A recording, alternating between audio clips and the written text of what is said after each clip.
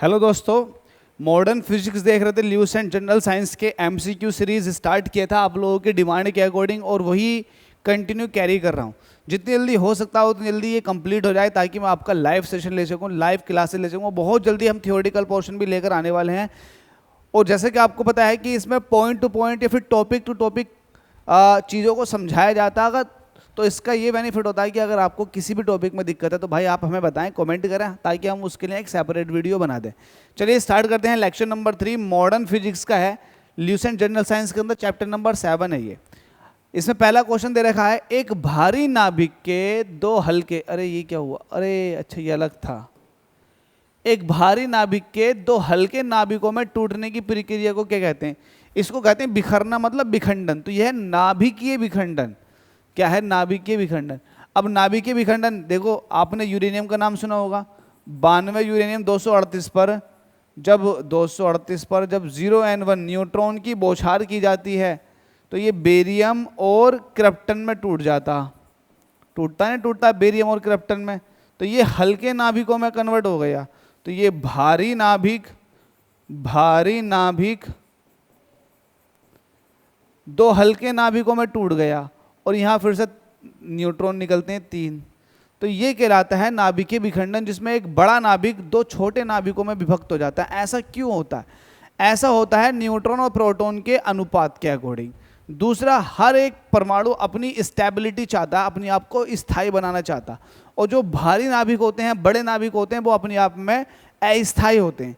अपने आप को स्थायी बनाने के लिए वो अपने अंदर से अल्फा बीटा गामा रेस का एमिशन करके अपने आप को स्टेबल करने की कोशिश करते हैं। अगर उन पर उनका न्यूट्रॉन और प्रोटॉन का रेशो कुछ ज़्यादा ही बिगड़ जाता है तो वो फट जाते हैं।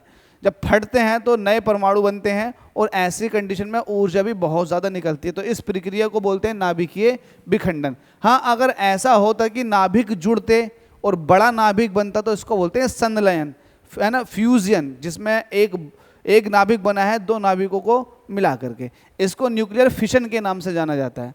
ठीक है, अगला क्वेश्चन है, ये पूछा गया था आरआरबी के अंदर। परमाणु बम में निम्नलिखित सिद्धांत कार्य करता है। तो परमाणु बम जो होता है वो नाभिकीय विखंडन पर आधारित होता है। एक बड़ा नाभिक छोटे छोटे नाभिकों में टूटना शुरू कर देता। तो ये नाभिकीय विखंडन प्रक्रिया पर आधारित है। सूर्य के अंदर जो क्रिया होती है वो होती है नाभिकीय संलयन, जिसमें दो परमाणु जुड़ करके एक बड़ा परमाणु बना लेते हैं। और ऐसी करने के लिए, ऐसी घटना होने के लिए पहली बात तो बहुत ज़्यादा ऊर्जा चाहिए। लेकिन जब बहुत ज़्यादा ऊर्जा मिल जाती है और नाभिक जुड़ जाते हैं तो बहुत ज़्यादा ऊर्जा निकलती भी है। ठीक है, तो फिलहाल परमाणु बम जो है वो नाभिकीय विखंडन प्रक्रिया पर आधारित है। हाइड्रोजन बम आधारित है। हाइड्रोजन बम नाभिकीय संलयन पर आधारित है। नाभिकीय संलयन पर। नाभिकीय संलयन में क्या होता है? दो हल्के नाभिक जुड़ करके एक भारी नाभिक बना देते हैं। क्या बना देते हैं? एक भारी नाभिक बना देते हैं। तो इसको ड्यूटीरियम ले लो, नाभिक बना देते हैं और बहुत ज़्यादा ऊर्जा निकलती है। ये एक बेसिक न्यूक्लियर फ्यूजन रिएक्शन लिख दी मैंने, नाभिकीय संलयन अभिक्रिया, जिसमें मैंने दो प्रोटियम को जोड़ करके एक हीलियम बना दिया। और ऐसा करने के लिए बहुत ज़्यादा ऊर्जा निकली है। ठीक है भाई, तो ये होता है नाभिकीय संलयन के अंदर। तो हाइड्रोजन बम नाभिकीय संलयन प्रक्रिया पर ही आधारित है। तो ये इसका हो जाएगा आंसर। अगला, सबसे पहला नाभिकीय रिएक्टर जो बनाया था वो फर्मी साहब ने बनाया था। याद रख लें, नाभिकीय रिएक्टर सबसे पहले किसने बनाया था? फर्मी ने। ये तो आपका थियोरेटिकल क्वेश्चन याद करने का। परमाणु बम का सिद्धांत अभी बताया। परमाणु बम जो होता है वो नाभिकीय विखंडन पर। रिपीटेड क्वेश्चन है और ये बीपीएससी ने 1994 में पूछा।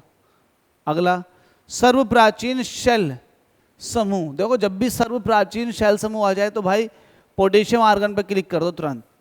सर्वप्राचीन शेल समूह जो होते हैं उनकी खोज या फिर उनकी एज का जो पता लगाया जाता है वो पोटेशियम और आर्गन विधि के थ्रू लगाया जाता है। इसको पोटेशियम आर्गन विधि के नाम से जाना जाता है। और अगर आपके पास चट्टानें हैं, पुरानी से पुरानी चट्टाना, तो फिर उसके लिए यूरेनियम डेटिंग का इस्तेमाल करते हैं। और अगर कोई ऐसा कंपाउंड जिसके अंदर कार्बन की प्रचुर मात्रा पाई जाती है तो फिर कार्बन विधि उसके अंदर यूज होती है। कार्बन 14, ये सब रेडियो एक्टिव विधि हैं। ठीक है भाई। अगला, रेडियो सक्रिय पदार्थ उत्सर्जित करते हैं। बताया था जो रेडियो सक्रिय पदार्थ होते हैं वो अपने अंदर से अल्फा बीटा गामा रेस का उत्सर्जन करते हैं। तो इस हिसाब से उपयुक्त सभी हो जाएगा। बीपीएससी ने 1995 में पूछा था, जवाब पैदा नहीं हुए थे। ठीक है भाई। सूर्य पर ऊर्जा का निर्माण होता है, सूर्य पर ऊर्जा का निर्माण कब, किस विधि द्वारा होता है, बताया था नाभिकीय संलयन द्वारा, नाभिकीय संलयन द्वारा। बीपीएससी ने 1958 में पूछा था, जब आप पैदा नहीं हुए थे।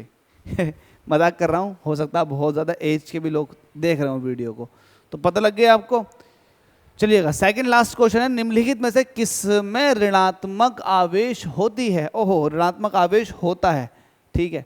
एक्स किरणों पर कोई आवेश नहीं पाया जाता, कोई आवेश नहीं होता। अल्फा कण इस पे प्लस का 2e चार्ज होता है तो धनात्मक है, इस पे धनात्मक। बीटा कण पर जो होता है माइनस का e, मतलब ऋणात्मक आवेश पाया जाता है। और ये क्या है, इस पर 0 आवेश पाया जाता है। तो यहाँ ऋणात्मक पूछा गया, हो जाएगा बीटा किरणें। तो बीटा किरणों पर क्या होता है, ऋणात्मक आवेश पाया जाता है, ये इलेक्ट्रॉन ही होते हैं, ठीक है भाई। इस लेक्चर का लास्ट क्वेश्चन है, नाभिकीय रिएक्टर और परमाणु बम में से यह अंतर है कि, देख लें कि आईएएस ने 1995 में पूछा, यूपीपीसीएस ने 1999 में रिपीट मारा आईएएस का क्वेश्चन। तो आईएएस के क्वेश्चन इसका मतलब कहीं ना कहीं रिपीट मारते हैं, तो आप सारे के सारे साइंस के आईएएस के क्वेश्चन लगा लें। तो नाभिकीय रिएक्टर और परमाणु बम में यह अंतर है कि, अब बताओ, नाभिकीय रिएक्टर की बात कर रहा है साथ में परमाणु बम की, तो आपको पता है नाभिकीय रिएक्टर के अंदर और परमाणु बम दोनों के दोनों या फिर दोनों के अंदर नाभिकीय विखंडन अभिक्रिया होती है। लेकिन परमाणु बम के अंदर जब एक बार विखंडन हो जाता है तो उसको आप कंट्रोल नहीं कर सकते, तो हम इसको बोलते हैं अनियंत्रित श्रृंखला अभिक्रिया। तो परमाणु बम के अंदर जो होती है वो अनियंत्रित होती है, आप उसको कंट्रोल नहीं करते। लेकिन नाभिकीय रिएक्टर के अंदर वही अभिक्रिया आप कंट्रोल करके चलाते हो। तो इसके अंदर क्या होता है, इसके अंदर होता है श्रृंखला अभिक्रिया, चैन रिएक्शन, लेकिन कंट्रोल कंडीशन में। इसमें अनकंट्रोल्ड चैन रिएक्शन होती है। तो बस देख लो, नाभिकीय रिएक्टर में श्रृंखला अभिक्रिया नियंत्रित होती है, बिल्कुल सही बात है। तो नाभिकीय रिएक्टर के अंदर भी आप न्यूक्लियर आप इसको बोलते हैं फिशन अभिक्रिया कराओगे, लेकिन कंट्रोल्ड कंडीशन में, ठीक है। लेकिन जो परमाणु बम होता है, एक बार आपने फाड़ दिया तो फिर आपको हाथ में नहीं है उसको कंट्रोल करना, ठीक है भाई। तो वो आपकी अनियंत्रित श्रृंखला अभिक्रिया होती है। तो इस तरह से आपने 10 के 10 क्वेश्चन कर लिए। उम्मीद करता हूँ कि पसंद आए होंगे। अगर पसंद नहीं आए तो कोई बात नहीं, पसंद भी आ जाएंगे, क्योंकि बहुत सारे क्वेश्चन है, ये मेरी तरफ से नहीं है, ये ल्यूसेंट जनरल साइंस के क्वेश्चन आपके डिमांड के अकॉर्डिंग सॉल्व करा रहा हूँ। क्योंकि बहुत सारे बच्चे कह रहे थे कि भाई ये चीज़ कंप्लीट करा दी जाए पहला तो बेहतर होगा, तो ये चीज़ ही कंप्लीट करा रहे हैं।